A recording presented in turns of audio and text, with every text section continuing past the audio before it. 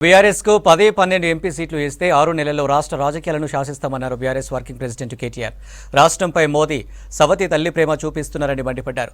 మతపిచ్చి ఉన్న బండి సంజయ్ ఎంపీగా అవసరమా అని ప్రజలను ప్రశ్నించారు. కరీంనగర్ జిల్లా హుజరాబాద్లో ఎన్నికల ప్రచారంలో భాగంగా రోడ్ షో నిర్వహించారు కేటీఆర్. 5 ఏళ్లలో సంజయ్ రూపాయి అభివృద్ధి పని చేయలేదన్నారు.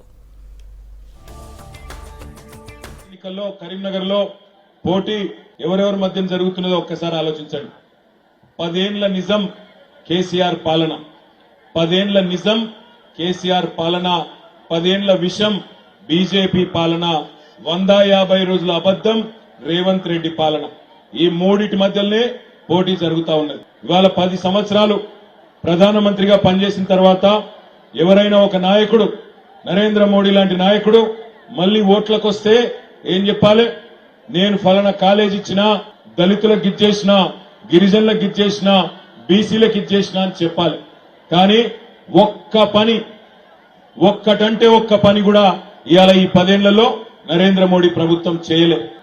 ధరలను కంట్రోల్ చేస్తా, ధరలను తగ్గిస్తా అన్నాడు, జరగలేదు. రైతుల ఆదాయం డబల్ చేస్తా అన్నాడు, జరగలేదు. బుల్లెట్ రైళ్లు తెస్తా భారతదేశానికి అన్నాడు, జరగలేదు. సంవత్సరానికి 2 కోట్ల ఉద్యోగాలు పిల్లలకు ఇస్తా అన్నాడు, 10 ఏళ్లలో 20 కోట్ల ఉద్యోగాలు ఇస్తా అన్నాడు, జరగలేదు.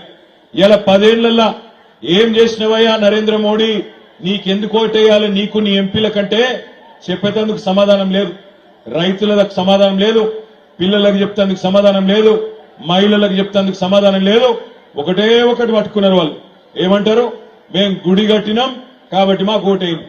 గుడి కట్టినాం, రామునికి ఓటు గుద్దుండ్రి. ఈ 5 ఏళ్లలో బండి సంజయ్ అనే ఎంపీని ఎన్నడన్నా మీరు చూసిండ్రా?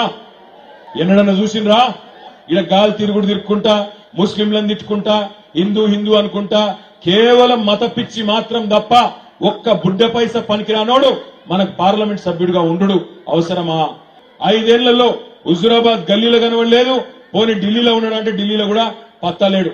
యాడున్నాడు రాబోయ్ అంటే గాలి తిరుగుకుంటా, మసీదులు దవ్వుదాం, శవం వెళ్తే మీకు, శివం వెళ్తే మాకు అని సొల్లు డైలాగులు కొట్టుకుంటా 5 ఏళ్లు పిల్లలను ఆగం చేసుకుంటా తిరిగిండు తప్ప బుడ్డ పైసా పని చేయలేదు.